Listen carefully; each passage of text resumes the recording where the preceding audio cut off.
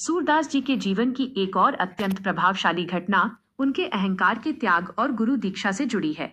ये वो मोड़ था जिसने उन्हें दीनता के कवि से कृष्ण की लीलाओं का गायक बना दिया।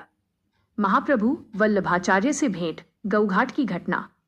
सूरदास जी शुरुआत में आगरा और मथुरा के बीच गौघाट पर रहा करते थे। वहां वे एक प्रसिद्ध साधु के रूप में जाने जाते थे और उनके बहुत से शिष्य भी थे। उस समय वे मुख्य रूप से दैन्य भाव, दीनता और पश्चाताप के पद गाया करते थे, जिनमें वे स्वयं को पापी और ईश्वर को उद्धारकर्ता बताते थे। जब पुष्टि मार्ग के प्रवर्तक महाप्रभु वल्लभाचार्य वहां पधारे तो सूरदास जी उनसे मिलने पहुंचे। गुरु की फटकार और हृदय परिवर्तन। सूरदास जी ने वल्लभाचार्य जी को अपना एक पद गाकर सुनाया, जिसके बोल कुछ इस प्रकार थे। हौ प्रभु सब पतितन को टीको, हे प्रभु मैं सब पापियों में शिरोमणि हूँ। ये सुनकर वल्लभाचार्य जी ने उन्हें टोकते हुए एक ऐसी बात कही जिसने सूरदास जी का जीवन बदल दिया। उन्होंने कहा, सूर वै के ऐसो घिघ्यात काहे को है, कछु भगवद लीला वर्णन करी।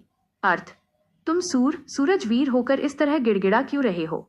ईश्वर के सामने रोने के बजाय उनकी आनंदमयी लीलाओं का गान करो। परिणाम, कृष्ण की बाल लीलाओं का जन्म। वल्लभाचार्य जी की इस सीख के बाद सूरदास जी ने भगवान के ऐश्वर्य और अपनी दीनता को छोड़कर उनकी सख्य, मित्रता और वात्सल्य प्रेम भाव की भक्ति शुरू की। उन्होंने कृष्ण के बाल रूप का इतना सजीव वर्णन किया कि आज भी सूरसागर के पदों जैसा वर्णन दुनिया के किसी भी साहित्य में मिलना दुर्लभ है।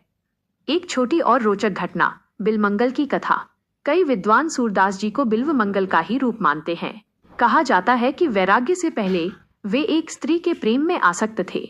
जब उन्हें अपनी भूल का एहसास हुआ और उन्हें लगा कि ये आंखें ही उनके मोह का कारण हैं, तो उन्होंने कांटों से अपनी आंखें फोड़ ली थी ताकि वे बाहरी दुनिया को छोड़कर केवल अंतर्मन में ईश्वर को देख सकें।